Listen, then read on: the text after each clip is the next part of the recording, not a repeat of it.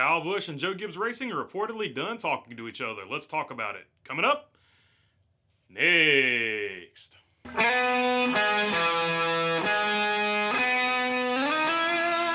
What's going on, everybody? Hope you are doing good today. All right, the guys at Door Bumper Clear are reporting that Joe Gibbs Racing has given up talking to Kyle Busch and getting that contract done.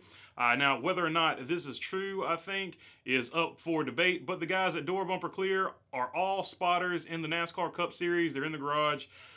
They would basically hear the most recent gossip. So whether or not this gossip is true or not, I do believe that the source is fairly reliable, although this is probably just some gossip that they picked up on the side. So I am going to go forward and proceed like this is possibly true.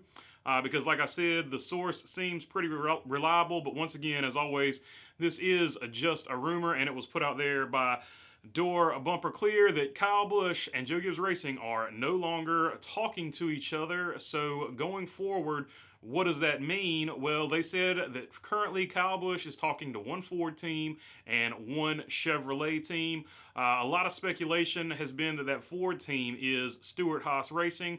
So I think it's pretty safe bet that Stewart-Haas Racing is the Ford team. The Chevrolet team, on the other hand, there's been a lot of speculation around that. A lot of people speculating that Hendrick would get rid of either Alex Bowman or William Byron.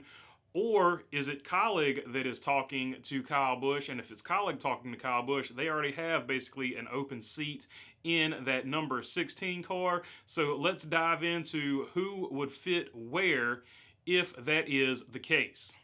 A lot of people are speculating that it is Hendrick Motorsports. If it was Hendrick Motorsports, most likely Alex Bowman would be the first man out. The 48 car typically has had struggles finding sponsorship. I know they have Ally, but you don't know what the contract situation is with Alex Bowman. He seems to be on a year-to-year deal where the other guys at Hendrick have been locked up. So I would think Alex Bowman would be the one that's expendable because William Byron brings in all of that money from Axalta and from Liberty University. So I feel like that would be the deciding factor if Hendrick got rid of somebody. I personally do not think Hendrick is in the running to get Kyle Busch. I think the more likely team would be Kaulig Racing. When he's talking to a Chevrolet team, Kaulig Racing makes more sense because they already have that 16 open. It's basically a whichever driver you want to slide in there deal right now. Matt Kaulig has the funding to put Kyle Busch in there so he can make it happen. So that would be the Chevrolet team that makes the most sense. Of course, his teammate would most likely be Justin Haley, so he would go there, and that would be a team he could build with. That Kaulig team has shown it can win races. AJ Allmendinger won a race last year. They have run very competitively at the road courses this season, and that car has generally had some speed. Now, they haven't had all the finishes they wanted to show for it. In fact, this weekend, they had a good finish going with Noah Gragson. Unfortunately, he got into the wall and was not able to finish the race. Of course, you remember the little crab walk thing he was doing driving the car. But that would definitely be a car that Kyle Busch could get into. That car has speed. How attractive would that be to Kyle Busch? I think it would be pretty attractive if he didn't have the other option, and that other option is Stewart-Haas Racing.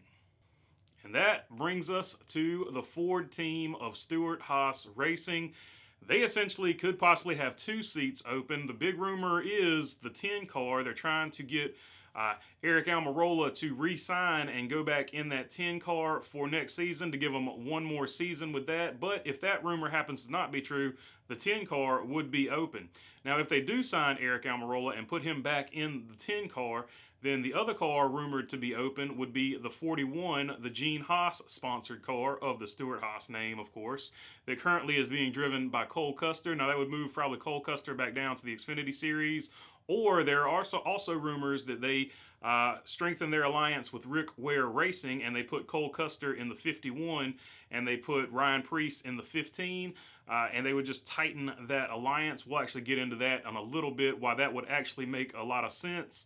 But, so there's your two landing places possibly for Cole Custer should he be moved out of that car. But then, of course, Kyle Busch would be put in the 41. And with that, you would pair him with Kevin Harvick and Kyle Busch. Those would be your two veterans.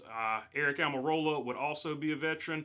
This works out well for Ford because they get that big name driver that they would like to have right now. Ford has skewed young, and their young drivers right now are not producing, but give them some time and they will get there.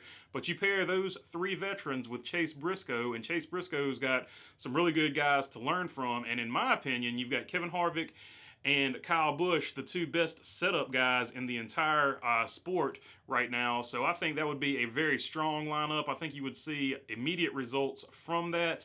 Now, of note also has been the rumors that Stewart-Haas is going to Dodge. So if you think about that for a minute, Stewart-Haas going to Dodge, they sign Kyle Busch, that would make a lot of sense because instantly that would give Dodge a truck team, and that would give Dodge several big names, Kevin Harvick and Kyle Busch, to drive for them, Aric Almirola, and of course a young guy in Chase Briscoe. So that would make a lot of sense from the Dodge perspective if those Dodge coming to Stewart-Haas rumors are true. So of the two or three options there, the one that makes the most sense right now, of course, because financially Gene Haas could pay that big contract of Kyle Busch and it wouldn't hurt him too bad. The one that makes the most sense, if it's true that he's leaving Toyota and Joe Gibbs Racing has given up on signing him, the one that makes the most sense is Stewart-Haas Racing because it is a more established team and is not something he would have to build, sort of like he would have to go and help build Kaulig a little bit. This team is established and they could hit the ground running and it would sort of check all the boxes that Kyle Busch is trying to check. And of course, part of the reason we're having this conversation is Ty Gibbs has been running really good in the Cup Series. Now, I know Joe Gibbs came out and said Ty Gibbs is, we want to put him in the Xfinity Series for one more season, but he's ripped off like 5 or 6 wins in the Xfinity Series already. I don't think he is going to learn anything else down there in the Xfinity Series. He does need to mature a little bit, but since Martinsville, he has kept his nose clean. He hasn't really had another flare-up emotionally, so he might be rounding himself out to be a more mature driver. So he has run really well since he has filled in for Kurt Busch.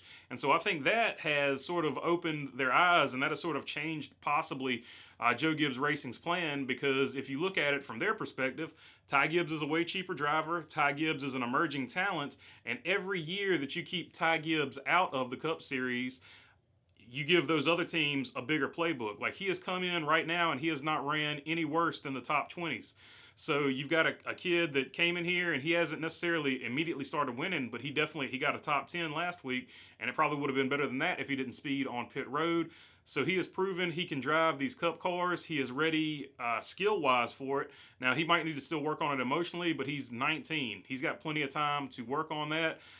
This might not be the worst time in the world to put the guy in the car because, like I said, every year you keep him out of the car, you let those other teams build up the playbook, and the gap would get bigger and bigger, the learning gap that he's going to have in the Cup Series. So plugging him in next year would actually probably be beneficial to Ty Gibbs and Joe Gibbs Racing, because you know Ty Gibbs is coming up there eventually. But that is my thoughts on the situation. I talked about this on the live stream last night, but I had a really, really bad internet connection, so not all of this was heard. But this is basically what I covered last night. But let me know down below what you think. Where do you think Ty Gibbs is going? Is there a team I missed that he might be going to? Let me know down in the comments. And of course, if you made it this far, feel free to subscribe. And other than that, thanks for your time. Peace.